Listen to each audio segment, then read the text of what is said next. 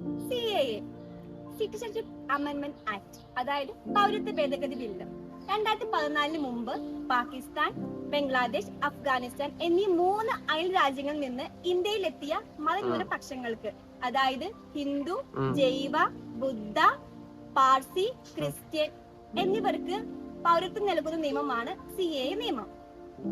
2019 CAA വിജ്ഞാപനം പുറപ്പെടുവിച്ചു. 2024 March 11 Lok Sabha തിരഞ്ഞെടുപ്പിന് മുമ്പ് പുറത്തിറക്കി.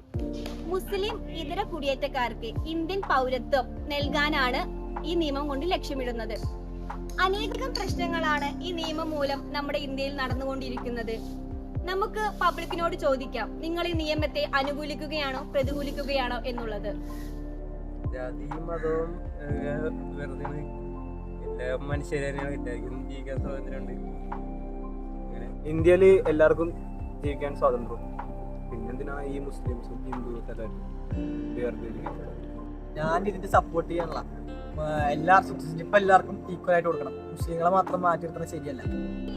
അതായത് പൗരത്വ ഭേദഗതി ബില്ല് നമ്മുടെ ഇന്ത്യയിലോട്ട് വരുന്നത് കൊണ്ട് എന്താണ് താങ്കളുടെ അഭിപ്രായം? വരണമെന്നാണോ വരണ്ട എന്നാണോ? എന്താണ് അഭിപ്രായം? എനിക്ക് വരണ്ടെന്നാണ് അഭിപ്രായം. എന്താണ് അതിന്റെ റീസൺ? എന്താണ് നമ്മുടെ ഇന്ത്യയിലോട്ട് ഇപ്പൊ CAA വരണ്ട അല്ലെങ്കിൽ ആ ഒരു അമെൻഡ്മെന്റ് കൊണ്ടുവരണ്ട എന്ന് പറയാനുള്ള റീസൺ എന്താണ്? കാരണം CAA ഇന്ത്യയിലേക്ക് വരുമ്പോൾ മുസ്ലിങ്ങൾക്ക് ഉള്ള അവകാശവും അവർക്ക് സിറ്റിസൺഷിപ്പ് നഷ്ടപ്പെടുകയാണല്ലോ. അതുകൊണ്ട് എനിക്ക് താല്പര്യം സപ്പോർട്ട് ചെയ്യുന്നില്ല. കാരണം അത് ഒരു ചില ആൾക്കാർ വ്യക്തിപരമായിട്ട് ചെയ്യുന്നതാണ്. കാരണം മുസ്ലിംസിന് അങ്ങനെയൊന്നും കൊടുക്കാറില്ല. പുള്ളി സിഖ് അങ്ങനെ റിലീജിയൻ വൈസ് കൊടുക്കുന്നുണ്ട്. ഒരിക്കലും അതിനെ സപ്പോർട്ട് ചെയ്യുന്നില്ല.